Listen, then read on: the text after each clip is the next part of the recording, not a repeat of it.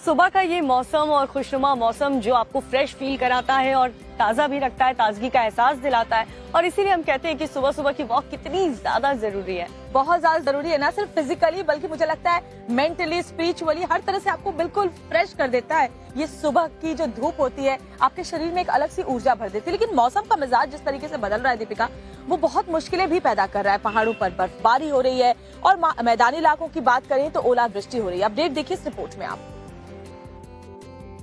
उत्तराखंड के पहाड़ी इलाकों में बारिश और बर्फबारी का दौर जारी है। पिछले 2-3 दिनों से हो रही बारिश और बर्फबारी के चलते उत्तराखंड के पहाड़ी इलाकों में ठंड बढ़ गई है। बद्रीनाथ धाम में एक बार फिर से बर्फबारी हुई है, जिसके बाद धाम और आसपास के इलाके बर्फ की सफेद चादर से ढक गए हैं। नर नारायण, नीलकंठ माणा सहित अन्य चोटियां भी बर्फ से ढकी नजर आ रही हैं। बर्फबारी के चलते बद्रीनाथ धाम में चल रहे मास्टर प्लान का काम प्रभावित हुआ है। केदारनाथ में भी बर्फबारी हुई है, जिसके चलते हर तरफ सफेद नजारा देखने को मिल रहा है। चमोली, रुद्रप्रयाग, मसूरी और देहरादून में भी बारिश ने लोगों की परेशानी बढ़ा दी है। इस बार चार धाम यात्रा 22 अप्रैल से शुरू हो रही है, जिसे लेकर सरकार और प्रशासन तैयारियों में जुटे हैं। ऐसे में अचानक मौसम की इस करवट ने प्रशासन की चिंता बढ़ा दी है। चार धाम यात्रा में सबसे पहले 22 अप्रैल को गंगोत्री और यमुनोत्री के कपाट खुलेंगे। इसके बाद 25 अप्रैल को केदारनाथ के कपाट खुलेंगे। 27 अप्रैल को बद्रीनाथ धाम के कपाट श्रद्धालुओं के लिए खोल दिए जाएंगे। मनाली में हो रही बर्फबारी ने पर्यटकों के चेहरे पर रौनक ला दी है। रोहतांग दर्रा, अटल सुरंग और आसपास के इलाके बर्फ की सफेद चादर में लिपटे नजर आ रहे हैं। मौसम विभाग ने अगले 72 घंटों के लिए भारी बर्फबारी और बारिश का अलर्ट जारी किया है। और मौसम की मार ऐसी है कि चार धाम यात्रा जो 22 अप्रैल से शुरू होने वाली है, उसको लेकर भी लोगों के मन में ना कंफ्यूजन है, क्योंकि उनको समझ नहीं आ रहा रजिस्ट्रेशन करवाए या नहीं करवाए। पहाड़ों पर बर्फबारी हो रही है और प्रशासन की तैयारियां भी ठीक से नहीं हो पा रही है। वही हाल हो रहा है कि स्वेटर अंदर रखें या ना रखें, ब्लैंकेट अंदर रखें या ना रखें। फिलहाल उत्तराखंड की हम बात करते हैं केरल की, जहां पर बहुत ही बेहतरीन सा कोटायाम में एक आयोजन किया गया है। कार्यक्रम को लेकर के स्नेक बोट रेस का आयोजन किया गया है, जिसमें सैकड़ों की तादाद में जो नाविक है वो बोट लेकर के जब निकले तो वो नजारा देखते ही बनता है। आप भी देखिए इस रिपोर्ट में। केरल के कोएक्टा में स्नेक बोट रेस का आयोजन किया गया, जिसमें बड़ी गिनती में नाविकों ने हिस्सा लिया। हाथों में चप्पू और नाविकों का सफेद परिधान केरल की संस्कृति झलक पेश कर रहा था। ढलते सूरज का नजारा और सजी धजी बोट्स ने वहां पहुंचे लोगों में समा बांध दिया।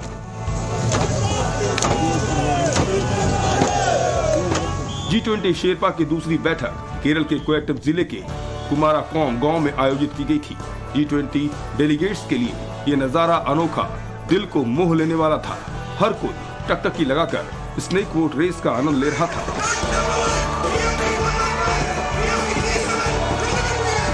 बता दें कि केरल में हर साल स्नेक बोट रेस का आयोजन होता है, जिस दौरान केरल का नजारा ही अलग होता है। स्नेक बोट रेस पुनबड्डा लेक में आयोजित की जाती है, जिसमें हर साल बड़ी सारी बोट हिस्सा लेती है। इस रेस में भाग लेने के लिए आसपास के गांव से लोग बोट्स लेकर पहुंचते हैं। इस रेस में लोक गीतों की धुनों पर नाविक रेस लगाते हैं। ये पारंपरिक रेस सांप्रदायिक सौहार्द की मिसाल है। रेस जीतने वाले को इनामी राशि देकर सम्मानित किया जाता है।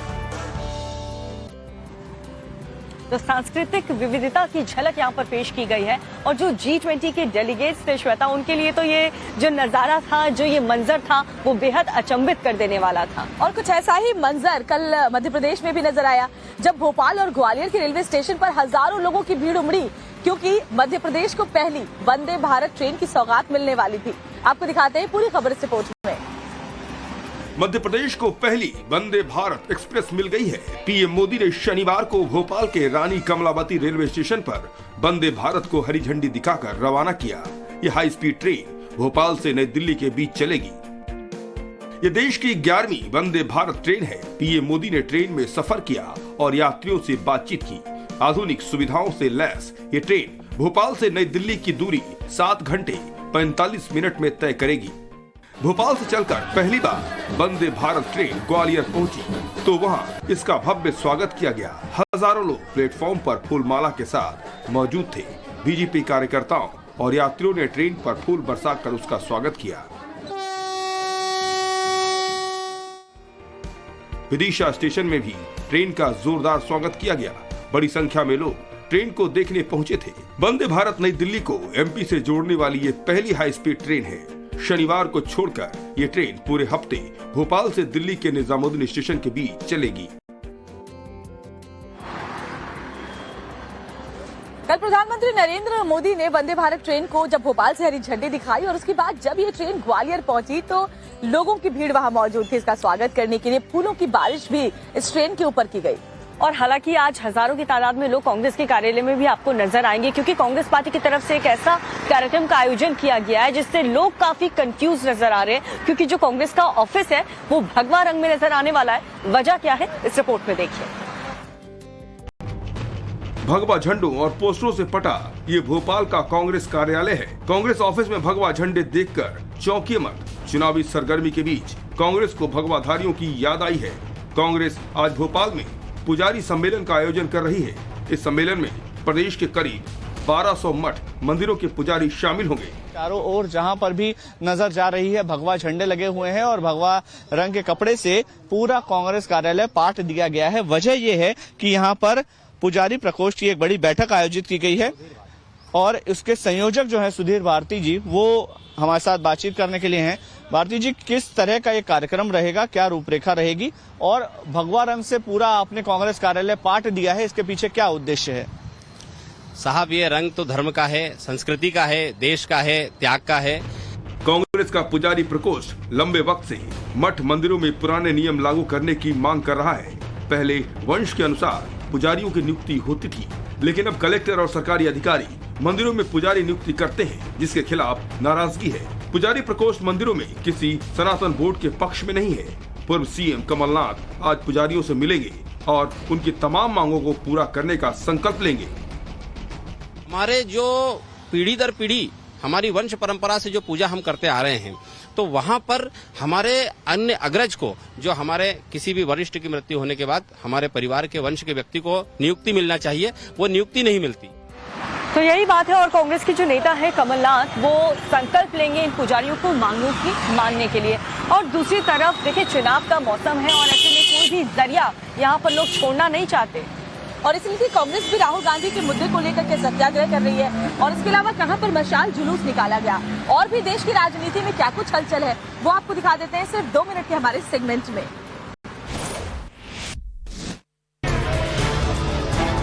रायपुर में सीएम भूपेश बघेल की अगुवाई में कांग्रेस नेताओं ने देर रात मशाल जुलूस निकाला है।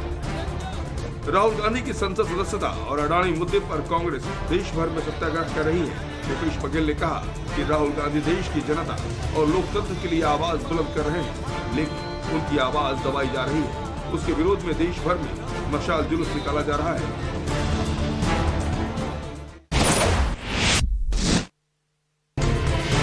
अमृतपाल को लेकर पुलिस को नया इंटेलिजेंस इनपुट मिला है। बताया जा रहा है कि अमृतपाल पंजाब हिमाचल प्रदेश के बॉर्डर के इलाकों में शरण लेने की फिराक में है।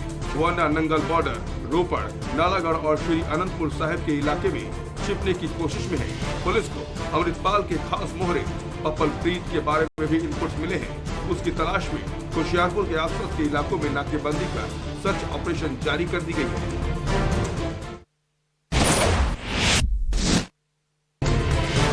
दिल्ली मुंबई में कोरोना संक्रमण ने एक बार फिर रफ्तार पकड़ ली है। राजधानी में एक दिन में 416 नए केस सामने आए हैं, जिसके साथ ही संक्रमण दर बढ़कर 14% पहुंच गई है। मुंबई में एक दिन में 189 नए केस मिले हैं। 82 मरीज हॉस्पिटल में भर्ती हैं, जिसमें 28 ऑक्सीजन सपोर्ट में है। मुंबई में भी पॉजिटिविटी रेट 13% के पार पहुंच गया है। पूरे महाराष्ट्र की बात करें तो 24 घंटे में 669 केस मिले हैं।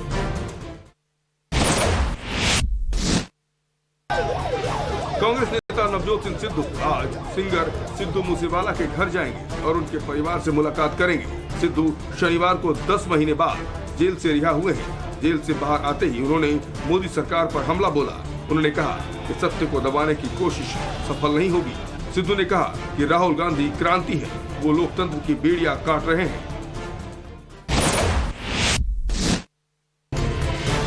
प्रयागराज प्रशासन ने अतीक अहमद के चहेते अफसरों के खिलाफ कार्रवाई की तैयारी कर ली है। अतीक एंड कंपनी की कारगुजारियों पर कुछ अफसरों ने कैसे पर्दा डाल रखा है, पुलिस विभाग, नगर निगम और राजस्व विभाग में अतीक के करीबी अफसरों की लिस्ट सामने आई है। माफिया पर बुलडोजर एक्शन पर सीएम योगी ने कहा कि अत्याचारी और अन्याय के साथ कोई खड़ा नहीं होता। और देखो, उत्तर प्रदेश में दीपिका, दंगाइयों और माफियाओं की ना हिम्मत नहीं है, क्योंकि जैसे ही वो सरकारी संपत्ति का नुकसान पहुंचाते हैं, बुलडोजर एक्शन होता है और उन्हें संपत्ति के नुकसान की भरपाई करनी पड़ती है। और यही होना भी चाहिए ताकि इन दंगाइयों को सबक जरूर मिल सके। अब बीते 2 दिन से आप देख लीजिए, सासाराम, गया, नालंदा में माहौल कितना बुरा है। लोग दहशत में जी रहे हैं, क्योंकि रामनवमी में शोभा यात्रा के दौरान जो हिंसा भड़की थी, उसके बाद भी अभी भी लोग डरे हुए हैं, अपने घरों में कैद हैं। पूरी खबर इस रिपोर्ट में। सासाराम में शनिवार को एक बार फिर हिंसा भड़क गई। पथराव और बम ब्लास्ट में 5 लोग घायल हो गए, जिन्हें सदर अस्पताल में भर्ती कराया गया। पत्थरबाजी और बमबाजी से एक बार फिर इलाके में तनाव फैल गया है। पुलिस लगातार गश्त कर रही है और दंगाइयों के खिलाफ कार्रवाई कर रही है।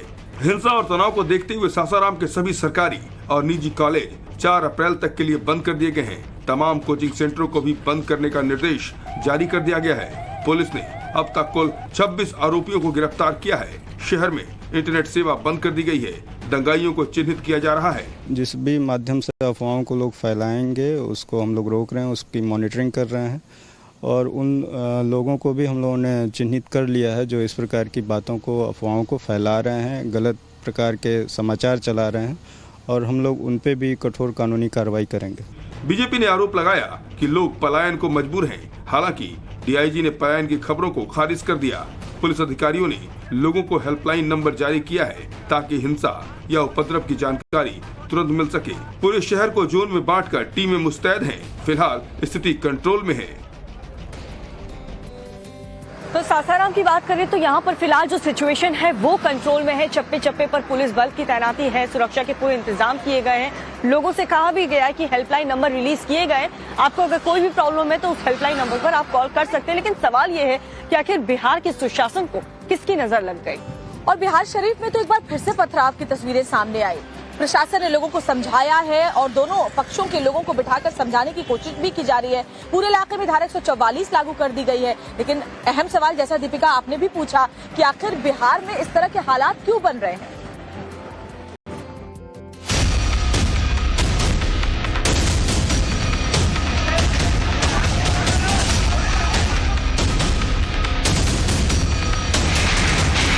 बिहार के नालंदा में शनिवार को एक बार फिर हिंसा भड़क गई। बिहार शरीफ इलाके में देर शाम उपद्रव के बाद पथराव और फायरिंग की गई, जिसमें एक शख्स के मारे जाने की खबर है।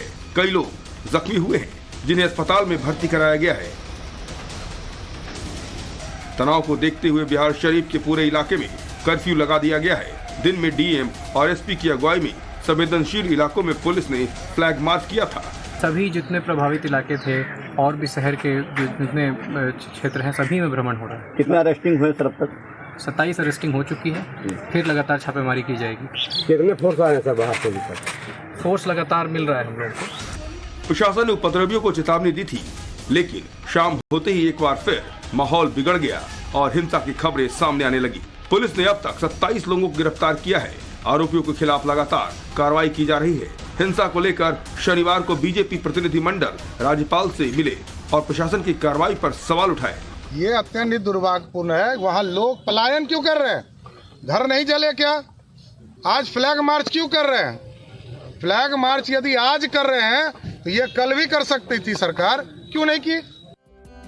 तो रामनवमी की शोभा यात्रा और साथ ही साथ मूर्ति विसर्जन पर इस तरीके से पथराव किया गया, ये इसकी क्रोनोलॉजी पर सवाल उठाती है कि क्या शहर दर शहर एक जैसी तस्वीरें आने के पीछे कोई साजिश थी? क्या पहले से ही ये सब कुछ प्लान किया गया था? अब झारखंड की खबर आप देख लीजिए, जहां पर साहिबगंज में भी कुछ ऐसा ही मंजर देखने को मिला। सामाजिक सौहार्द बिगाड़ने की कोशिश कुछ लोगों ने की है। दरअसल जुलूस निकल रहा था। मूर्ति विसर्जन के दौरान किस तरीके से दूसरे पक्ष के लोगों ने पथराव किया, आप भी देखिए।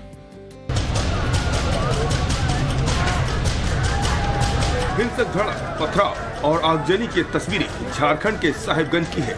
यहाँ भी दुर्गा प्रतिमा विसर्जन के दौरान दो समुदाय के बीच बवाल हो गया। उपद्रवियों ने छतों से पथराव किया, जिसमें एसडीपीओ राजेंद्र दुबे समेत 3 पुलिसकर्मी जख्मी हो गए। पथराव में 3 आम लोग भी जख्मी हुए हैं। हमलावरों को काबू करने के लिए पुलिस ने लाठीचार्ज किया। क्या लग गया? पत्थर काला। अच्छा, पत्थर लग गया। घटना नगर थाना इलाके के कुलीपाड़ा मोहल्ले की है। मीट मंडी के पास विसर्जन जुलूस के दौरान दूसरे समुदाय के लोगों के साथ कहासुनी हुई और आरोपियों ने देखते ही देखते छतों से पथराव शुरू कर दिया। आरोपियों ने 2 बाइक को आग के हवाले कर दिया। घटना के बाद इलाके में दहशत का माहौल है। फिलहाल पुलिस की टीमें गश्त पर है और पूरे इलाके को छावनी में तब्दील कर दिया गया है। तो ये जो पथराव की खबरें हैं, हिंसा की खबरें और यही तरीके की जो हरकतें होती है वो देश की छवि खराब करने की ऐसे लोगों की कोशिश होती है। जो देश विरोधी ताकत है वो यही मंशा से जमीन पर उतरते हैं, लोगों को परेशान करते हैं और पथराव करते हैं। चलिए आगे बढ़ते हुए बात करते हैं ट्रेंडिंग वीडियोस की। आपको दिखाते हैं कि स्कूटी पर एक साथ सवार हो गए 8 लोग और इसके अलावा गर्मी से बचने का क्या है जुगाड़, देसी वायरल वीडियोस के हमारे 2 मिनट के सेगमेंट में। कहते हैं आवश्यकता ही आविष्कार की जननी है। सोशल मीडिया पर इस वायरल वीडियो को देखिए। गर्मी से बचने के लिए बाबा जी ने गजब का जुगाड़ निकाला। बाबा ने चिलचिलाती गर्मी से राहत पाने के लिए हेलमेट में पंखा लगाया है। पंखा सौर ऊर्जा से चलता है।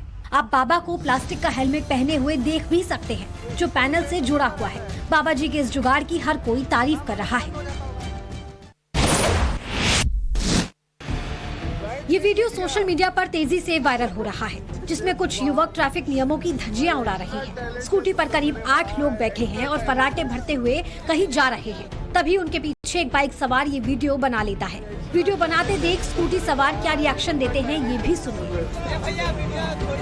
स्कूटी में 8 लोग सवार होकर सड़क से गुजर रहे हैं और पुलिस को हवा तक नहीं लगी। हर किसी की ख्वाहिश होती है कि उसकी शादी यादगार हो, लेकिन शादी को यादगार बनाने के चक्कर में दुल्हन के साथ खेला हो गया। वीडियो को अंत तक देखिए। दुल्हा दुल्हन स्पार्कलिंग गन के साथ पोज देते हुए नजर आ रहे हैं। जैसे ही दुल्हन गन का ट्रिगर दबाती है तभी उस पर ही बैकफायर हो जाता है। इस हादसे में दुल्हन का चेहरा बुरी तरह से झुलस जाता है, जिसके बाद सभी उसे बचाने के लिए दौड़ पड़ते हैं। डॉग इंसान का सबसे वफादार साथी होता है, जो उसे आने वाले खतरे का न सिर्फ संकेत देता है बल्कि अपनी वफादारी को निभाता भी है। इस वीडियो को देखिए। घर के अंदर एक छोटा सा बच्चा खेलता नजर आ रहा है। पास में बैठा डॉग भी बच्चे की रखवाली कर रहा है। बच्चा जैसे ही बाहर जाने की कोशिश करता है तो डॉग जाकर उसके आगे बैठ जाता है। डॉग एक गार्जियन की तरह बच्चे की रखवाली करता है। ये वीडियो सोशल मीडिया पर खूब वायरल हो रहा है। इस वीडियो को देखकर आपकी हंसी नहीं रुकेगी। वीडियो में देखिए, एक युवक भैंस के पास खड़ा होकर पैसे गिन रहा है और भैंस टकटकी लगाकर उसे देख रही है। पैसे गिन रहा युवक भैंस की तरफ हाथ बढ़ाता है, भैंस की जीभ को छूता है और फिर पैसे गिनने लगता है। भैंस भी पैसे काउंट करने में पूरी मदद करती है। इस वीडियो पर लोग तरह तरह के कमेंट्स कर रहे हैं। वैसे दीपिका, चुनावी मौसम हो और सियासी सरगर्मी न हो, ऐसा भला कैसे हो सकता है? हर वर्ग को साधने के लिए नेता अलग अलग बयानबाजी करते हैं और इसकी दीवानगी फिलहाल राजस्थान में नजर आ रही है। जी हाँ, आप कभी राहुल गांधी हिंदू और हिंदुत्व के बारे में अंतर पर बात किया करते थे, कभी पुजारी और पंडितों की बात यहाँ पर वो किया करते थे, व्याख्यान किया करते थे, लेकिन अब उनकी पार्टी जय श्री राम के नारे लगा रही है। कांग्रेस पार्टी ये कह रही है, राहुल गांधी ये कह रही है कि राम बीजेपी के नहीं हमारे। देखिए रिपोर्ट। कांग्रेस नेताओं के सुर बदलने लगे। कोटा में कांग्रेस प्रभारी सुखविंदर सिंह रंधावा जय श्री राम के नारे लगाते नजर आए। उन्होंने कार्यकर्ताओं से कहा कि राम बीजेपी के नहीं हमारे हैं। अभी बात ही बनी, बीजेपी को कैसे बताओगे? उनका राम नहीं है, राम हमारा है। अब मैं दोबारा नारा लगाऊंगा,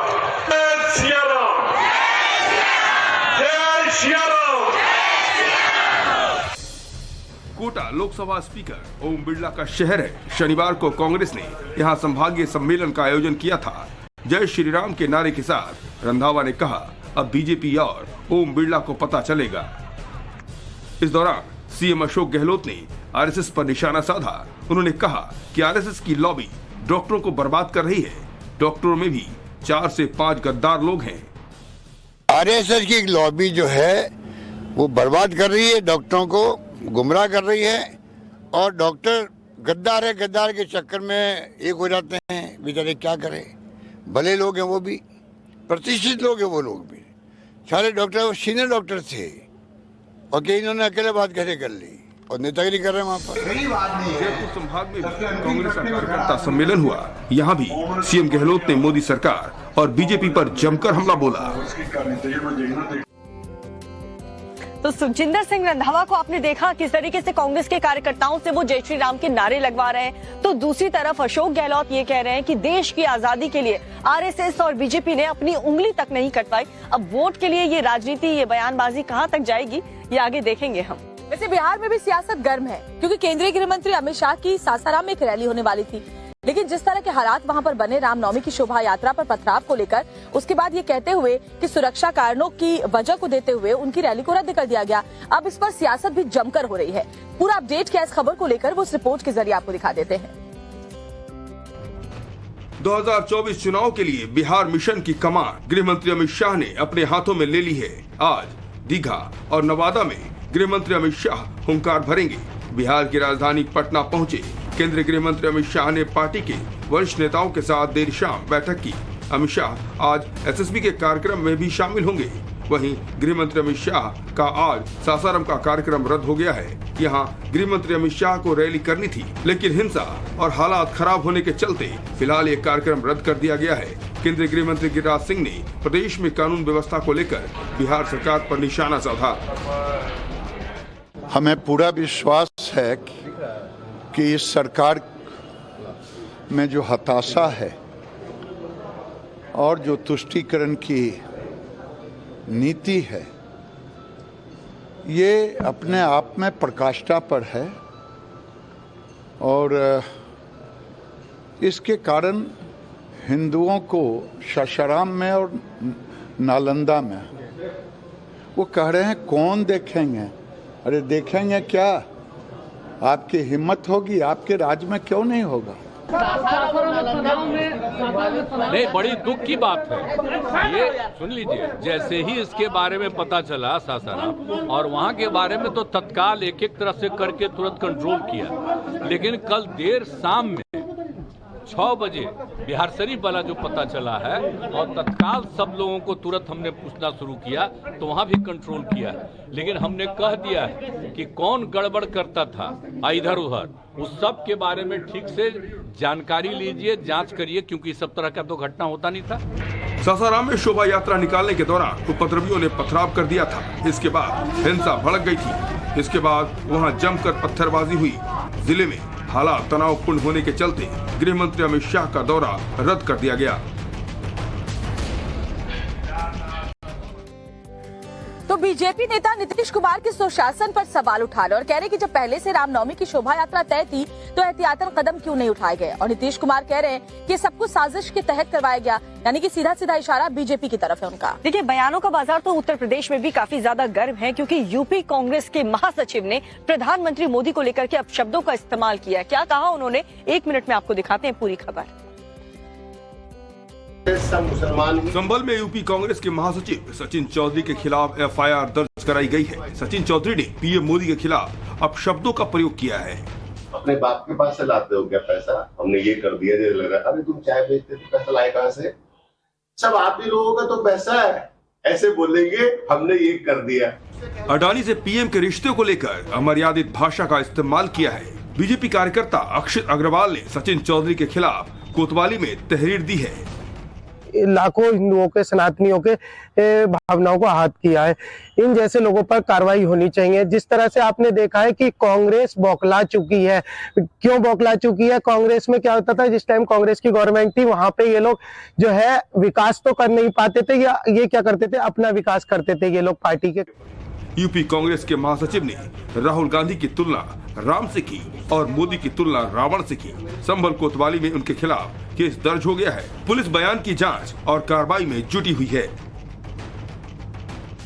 श्री सचिन चौधरी द्वारा आपने प्रेस कॉन्फ्रेंस में कुछ आपत्तिजनक शब्द बोले हैं, एवं इस के संदर्भ में उन्होंने जांच के क्रम में वीडियोग्राफी उपलब्ध कराई है। प्रकरण में अभियोग पंजीकृत कर लिया गया है।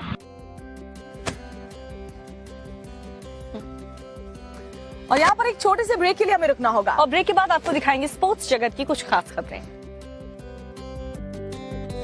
आप देख रहे हैं फिट इंडिया का सुपर हिट बुलेटिन। और ब्रेक से पहले जाने से पहले हमने आपको सियासत की तमाम बड़ी खबरें दिखाई थी, राजनीतिक जगत में कौन क्या कुछ कह रहा था, ये सब कुछ आपको बताया। अब बताते हैं स्पोर्ट्स की दुनिया में क्या कुछ चल रहा है।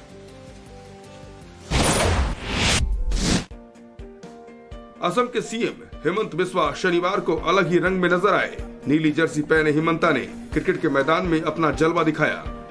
गुवाहाटी के जजेस फील्ड में उन्होंने मुख्य न्यायाधीश एकादश के खिलाफ मुख्यमंत्री एकादश की अगुवाई की।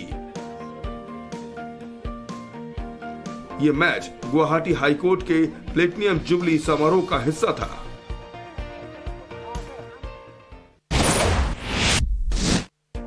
लखनऊ सुपर जॉइंट ने आईपीएल में अपने अभियान की शानदार शुरुआत की है। लखनऊ के इकाना स्टेडियम में अपने पहले मुकाबले में लखनऊ ने दिल्ली को 50 रन से हरा दिया।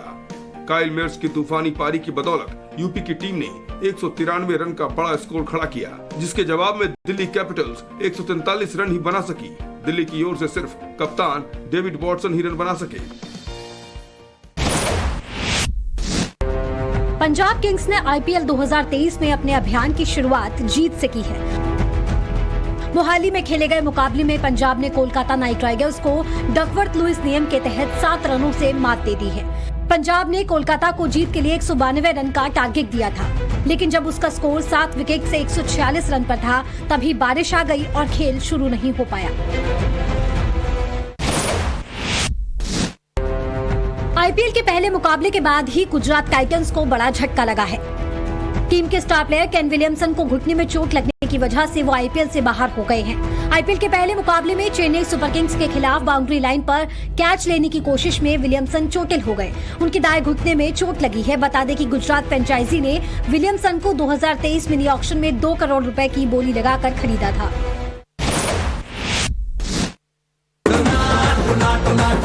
गुजरात ने आईपीएल के पहले ही मैच में चेन्नई को 5 विकेट से हराते हुए सीजन की बेहतरीन शुरुआत की है। इसमें शुभमन गिल और राशिद खान ने अपना जलवा दिखाया, जिसके बाद डांस फ्लोर पर भी उन्होंने आग लगाई।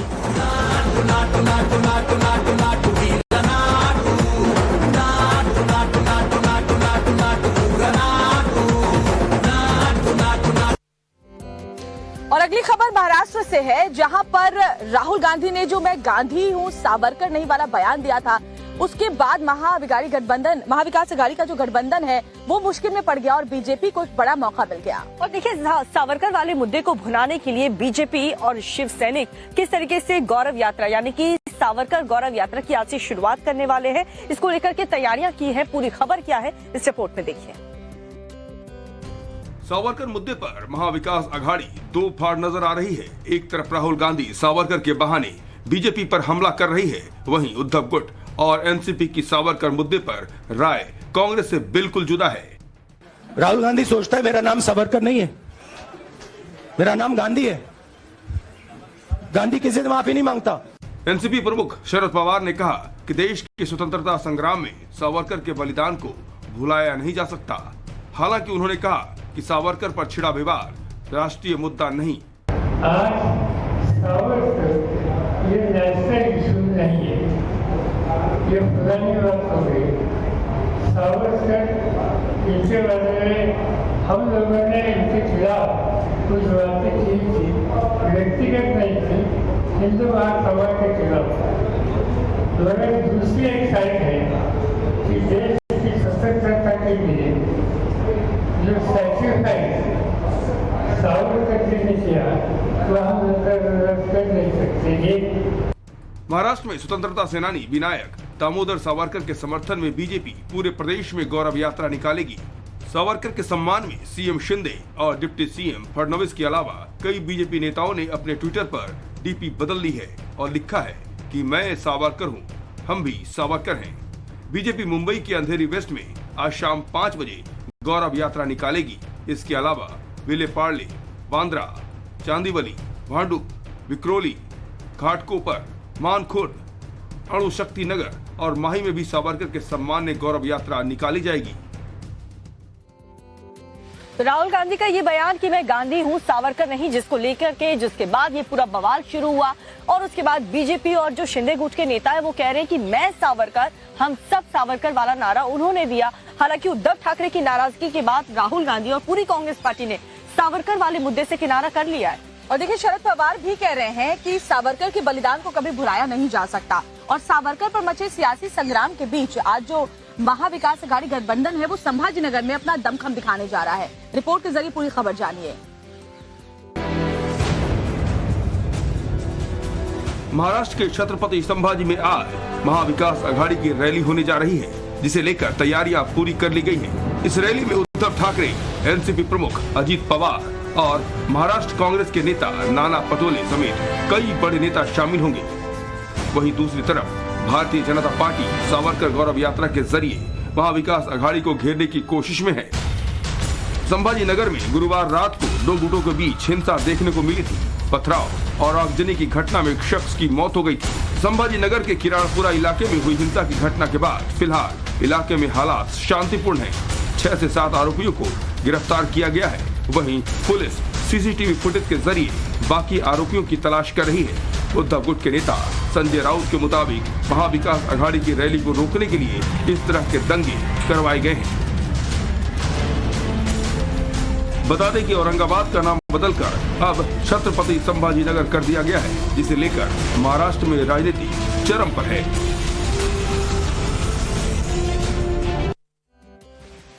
और देखिए, आज जो संभाजी नगर में बड़ी रैली शक्ति प्रदर्शन होने जा रहा है, जिसको आप ये भी समझ सकते हैं कि महाविकास अघाड़ी गठबंधन के जो तमाम बड़े चेहरे इस रैली में शामिल होंगे। और देखिए, पिछले दिनों ही क्योंकि संभाजी नगर नाम रखा गया है, नाम बदला गया है, जिसको लेकर सियासी उबाल वहां पर भी देखा जा रहा है। और देखिए, रामनवमी के मौके पर वहां पर भी हमने हिंसा भड़कती हुई देखी थी। हालांकि अभी जो हालात है वहां पर कंट्रोल में है, सामान्य है, लेकिन इस बीच पुलिस की टीम, प्रशासन की टीम लगी हुई है उपद्रवियों की पहचान करने में। इस रिपोर्ट में देखिए। छत्रपति संभाजी में हुई हिंसा, बवाल और आगजनी मामले में 2 और लोगों को गिरफ्तार किया गया है। अब 14 आरोपियों की गिरफ्तारी हो चुकी है। भीड़ के हमले में घायल एक शख्स की अस्पताल में इलाज के दौरान मौत हो गई। बुधवार और गुरुवार की दरमियानी रात को संभाजी नगर के खिरातपुरा इलाके में राम मंदिर के पास 2 गुटों के बीच झड़प हो गई थी। बेकाबू भीड़ ने कई वाहनों को आग के हवाले कर दिया। छत्रपति संभाजी नगर के अंदर किस तरह से मंदिर पर हमला हुआ, किस तरह से 500-600 के आंकड़े ने पत्थरबाजी की, उसकी तस्वीर आपको मैं दिखाते हुए बता दूं कि ये पहली बात वो श्री राम मंदिर है, जिस इलाके का इकलौता राम मंदिर बताया जाता है, जो कि कई साल पुराना है। और अभी भी मंदिर के गेट पर अगर आप देखेंगे तो आपको जो सिक्योरिटी फोर्सेज हैं वो नजर आएंगी। दूसरी अहम बात सिक्योरिटी की इसलिए जरूरी है यहाँ पर कि जो सड़क आप अभी देख पा रहे हैं, जहाँ पर सामान्य मूवमेंट हो रही है, इन्हीं सड़कों से जो है इसी कोने से भागकर जो है वो लोगों की भीड़, वो मॉब आया था जो कि दंगाइयों का था, जिन्होंने हमला किया पुलिस के ऊपर। आपको बता दो कि इसी आंकड़े से भागते भागते जो लोग हैं वो मंदिर के उस मेन गेट पर पहुंचते हैं, जहां पर जो भगवा पर्दे लगे होते हैं उन्हें फाड़ने की कोशिश की जाती है। पुलिस की वैन्स को जलाया जाता है और वहां पर मौजूद पुलिस जो है उस पर पत्थरों से, डंडों से, रॉड से हमला किया जाता है और पुलिस की गाड़ियों पर पेट्रोल के गोले फेंके जाते हैं, जिससे उन पर आग लग जाती है। दोनों तरफ से जमकर पत्थरबाजी हुई, यहाँ तक कि पेट्रोल बम तक फेंके गए। पूरी घटना के दौरान 10 से 12 लोग जख्मी हुए हैं, जिनका अस्पताल में इलाज चल रहा है। ये सड़क इसलिए अहम हो जाती है क्योंकि उसी की दूसरी पार आप देख पाएंगे कि यहाँ 2 मस्जिद हैं। 2 मस्जिद दोनों सड़क के आमने सामने, एक तरफ दाएं तरफ, बाएं तरफ नजर आएंगे। मस्जिद इसलिए जरूरी है क्योंकि देर रात की नमाज के बाद जो नमाजी हैं वो यहाँ से इन्हीं रास्तों से गुजर रहे थे, जहाँ पर 50-60 दंगाइयों ने पहले पत्थरबाजी की, सीसीटीवी कैमरास को तोड़ा। संभाजी नगर के इलाके में फिलहाल हालात काबू में है, लेकिन एहतियात के तौर पर अब भी सुरक्षा बलों की तैनाती देखने को मिल रही है। तो राजनीति से जुड़ी और अपराध से जुड़ी तमाम खबरें हमने आपको दिखाई। अब आपको दिखाएंगे इंटरनेशनल कुछ खबरें। कहां मगरमच्छ ने किया हमला, कहां स्टंटबाजी के शौक ने जान पर बनाई एक शख्स की, और इसके अलावा क्या कुछ टॉप ट्रेंडिंग वीडियोस हैं इंटरनेशनल, आपको दिखा देते हैं 2 मिनट के हमारे सेगमेंट में। सोशल मीडिया पर वायरल हो रहे इस वीडियो को देखिए। एक शख्स मगरमच्छ को पकड़ने की कोशिश करता है। पहले वो मगरमच्छ के ऊपर एक कपड़ा फेंकता है और फिर मगरमच्छ के जबड़े को पकड़ने की कोशिश करता है। तभी मगरमच्छ शख्स पर हमला कर देता है। इस वीडियो पर यूजर्स तरह तरह के कमेंट्स कर रहे हैं।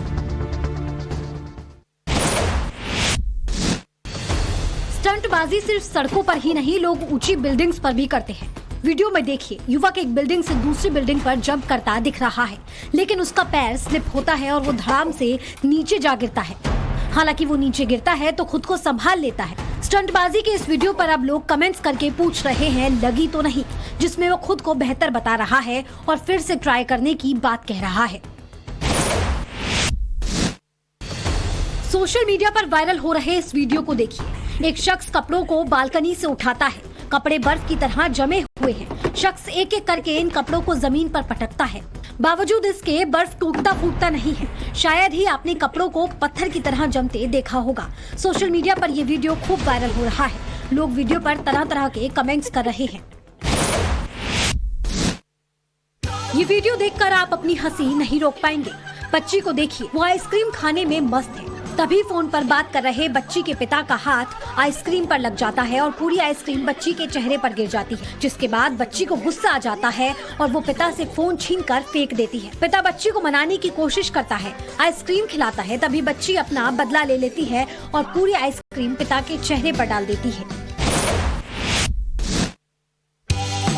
बंदर की तरह लंगूर भी बड़े शरारती होते हैं।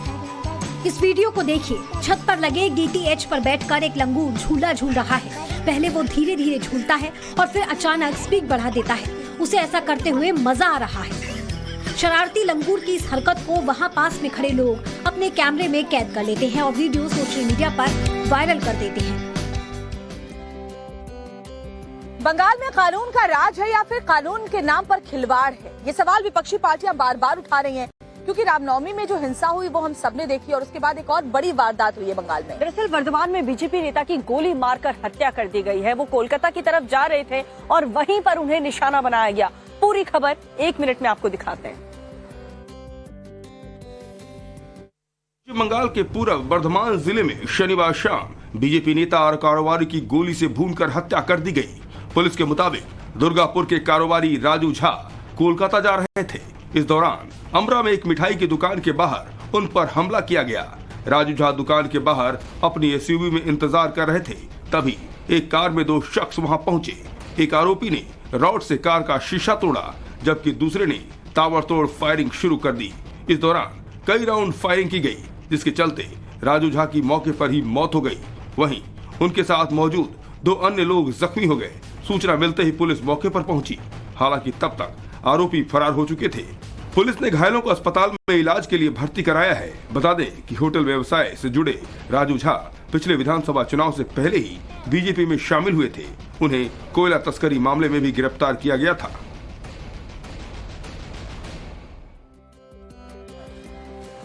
Excuse me. तो राजू झा पिछले विधानसभा चुनाव में ही बीजेपी में शामिल हुए थे। हालांकि कोयला तस्करी को लेकर के वो आरोपी भी थे और लेकिन आज बीजेपी नेता की हत्या और बंगाल की कानून व्यवस्था को लेकर के जम करके सियासत गर्म रहने वाली है। और सवाल तो दिल्ली की कानून व्यवस्था पर भी उठ रहे हैं, क्योंकि सरेआम बदमाशों ने एक वकील की गोली मारकर हत्या कर दी है। पूरी वारदात द्वारका सेक्टर 8 की है। पूरी खबर देखिए इस रिपोर्ट में।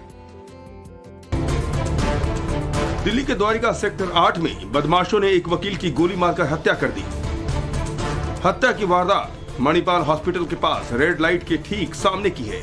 वकील का नाम वीरेंद्र कुमार था। वो द्वारका के सेक्टर 12 के रहने वाले थे और कार में घर लौट रहे थे। शाम करीब 4 बजे 2 बदमाश बाइक पर सवार होकर आए और वकील पर ताबड़तोड़ फायरिंग कर फरार हो गए।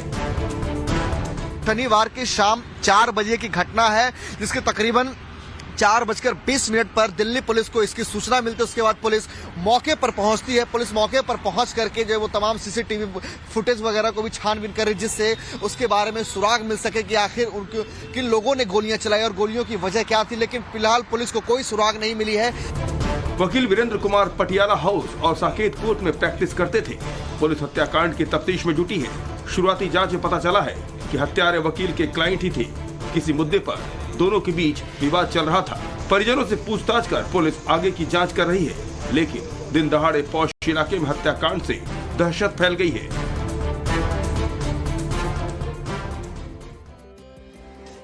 इस हत्याकांड के पीछे आपसी रंजिश का शक जताया जा रहा है, लेकिन सवाल तो ये है कि आखिर वकील की ऐसी क्या दुश्मनी थी, ऐसी क्या परेशानी उन अपराधियों को इस वकील से थी जो उन्होंने हत्या कर दी। अब दिल्ली पुलिस के सामने इस पूरी वारदात की जो मिस्ट्री है उसको सुलझाने की बड़ी चुनौती है।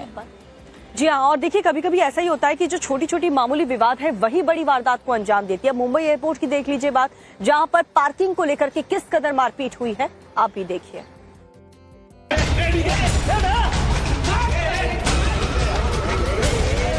मुंबई एयरपोर्ट पर पार्किंग विवाद को लेकर मारपीट का मामला सामने आया है। यहां पार्किंग को लेकर एयरपोर्ट पर तैनात प्राइवेट सिक्योरिटी गार्ड ने एक कैब ड्राइवर की पिटाई कर दी। तस्वीरों में देखा जा सकता है कि पहले ड्राइवर और सिक्योरिटी गार्ड के बीच किसी बात को लेकर बहस होती है, फिर देखते ही देखते मामला मारपीट तक पहुंच जाता है। 6 से 7 प्राइवेट सिक्योरिटी गार्ड अकेले कैब ड्राइवर पर टूट पड़ते हैं और उसके साथ बुरी तरह मारपीट शुरू कर देते हैं। हालांकि आसपास खड़े कुछ लोगों ने ड्राइवर को किसी तरह इन लोगों से बचाया, तब जाकर मामला शांत हुआ। पीड़ित कैब ड्राइवर के बयान के आधार पर पुलिस ने 6 लोगों को गिरफ्तार किया है।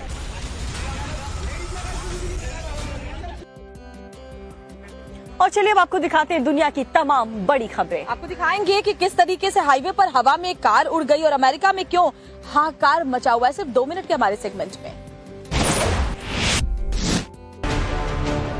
हैरान कर देने वाले सड़क हादसे की तस्वीरें बेल्जियम से सामने आई हैं, जहां एक हाई स्पीड कार टक्कर के बाद हवा में तेजी से उछलती है और एक इमारत में जा घुसती है। जिस जगह यह हादसा हुआ वहां एक स्पीड ब्रेकर मौजूद था, लेकिन शायद इस ब्रेकर के बारे में कार के ड्राइवर को पता नहीं था, जिसकी वजह से कार तेजी से सीधे हवा में उछल गई और आगे मौजूद स्पोर्ट्स सेंटर की दीवार को तोड़ती हुई अंदर जा घुसी।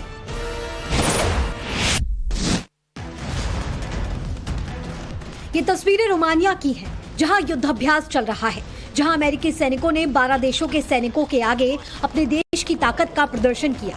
20 मार्च से शुरू हुए नाटो देशों के इस सैन्य अभ्यास को 2 अप्रैल तक जारी रखा जाएगा।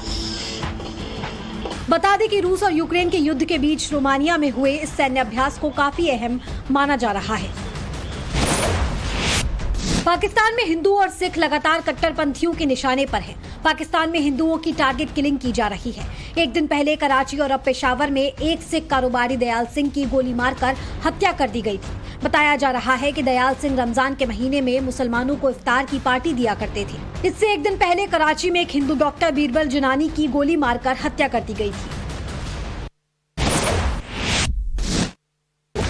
रूस यूक्रेन महायुद्ध के बीच रूसी राष्ट्रपति पुतिन ने करीब 1.5 लाख और सैनिकों की तत्काल भर्ती का आदेश दिया है। बताया जा रहा है कि 1 साल लंबे युद्ध में पुतिन ने करीब 7 लाख सैनिक गंवाए हैं, जबकि 5,20,000 सैनिक इस कदर घायल हैं कि वो फ्रंट लाइन पर जाने के काबिल नहीं। यूक्रेन स्पेशल फोर्सेस के मुताबिक पुतिन ने अपने 77% सैनिकों को खो दिया है। अब नई भर्तियों के आदेश से माना जा रहा है कि पुतिन बौखलाए हुए हैं और यही वजह है कि उन्हें नई भर्तियां करनी पड़ रही हैं। तबाही और बर्बादी की ये तस्वीरें अमेरिका से सामने आई हैं, जहां एक साथ कई राज्यों में आए विनाशकारी तूफान ने जमकर तबाही मचाई है। तूफान की वजह से 4 लोगों की मौत और 600 से ज्यादा लोगों के घायल होने की खबर है। इस तूफान की स्पीड इतनी तेज थी कि हवा में 18 पहिए वाले वाहन भी उड़ने लगे थे।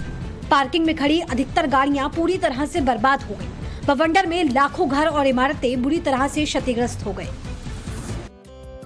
तो देश और दुनिया की बड़ी खबरें भी श्वेता हम बता चुके हैं। फिलहाल फिट इंडिया के सुपर हिट बुलेटिन में हम रुक रहे हैं एक बहुत छोटे से ब्रेक के लिए, लेकिन इस ब्रेक के बाद हम फौरन लौट रहे हैं, इसलिए आप हमारे साथ बने रहे और आपको ये भी याद दिला दें कि 7:50 पर देखना ना भूलें हमारा खास कार्यक्रम भाग्य योग।